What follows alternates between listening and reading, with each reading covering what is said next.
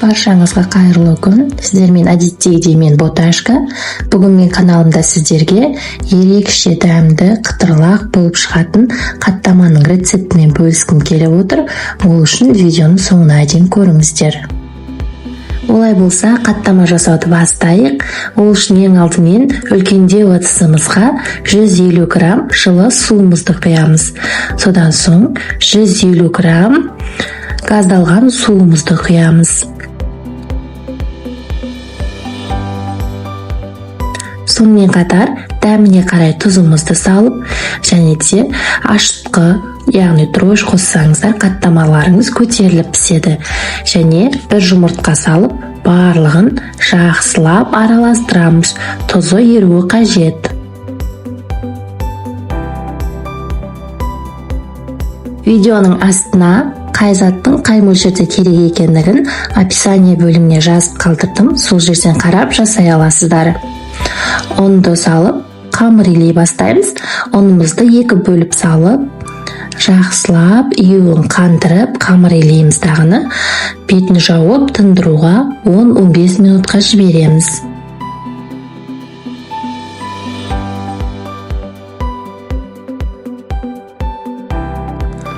Он 15 минут қамырымызды демалдырып алғаннан соң, жақсылап бір илеп аламыз дағыны. Қамырымызды 2 бөлікке бөліп, үлкен жайма етіп жаямыз.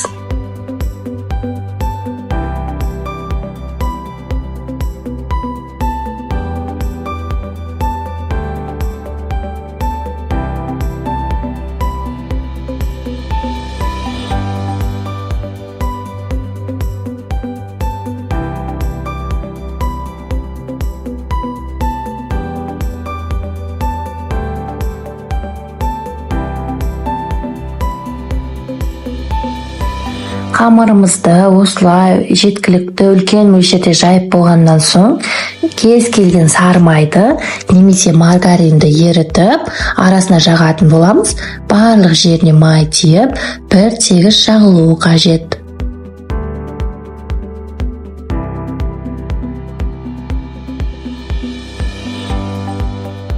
Келесі кезекте дәл осы видеода көрсетілгендей етіп қамырымызды оқтауға ораймыз.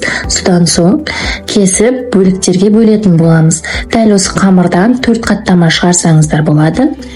Немесе меніңкі секілді тапаларыңыз кіші размерде болатын болса, онда 6 қаттама шығарсаңыздар болады. Дәл осы видеода көрсетілгендей етіп кесіп, және де тағы да ортасынан бөліп, қаттамалардың формасына шығарып, орайтын боламыз. Содан соң қамырдың барлығын морозильникке 1 сағатқа немесе холодильникке 1 түнге қалдырсаңыздар болады. Немесе дәл осы күйінде морозильникке сақтауға да болады. Кез келген уақытта алып, ерітіп пісіре бересіздер. Содан соң қамырымыздың барлығын өзімізге керекті көлемге дейін жайып, доңғалатып, домалақ қамыр жаямыз.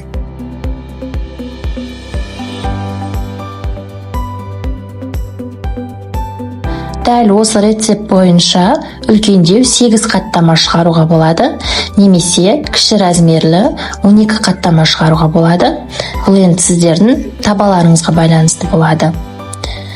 Пісіруге келетін болса, қызып тұрған майымызға 4 ас қасық немесе 5 ас қасық майымызға қаттамамыздың 2 жағын қызартып пісіріп алатын боламыз.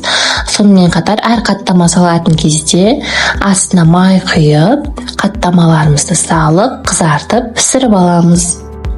Өте оңай, өте жеңіл жасалатын қаттамалардың бірі. Бір жасағаннан шығады, міндетті түрде жасап көріңіздер. Ұнайды деген ойдамын. Өте қатпарлы, әрі қытырлақ, дәмі керемет қаттама болады. Міндетті түрде жасап көріңіздер. Ас болсын.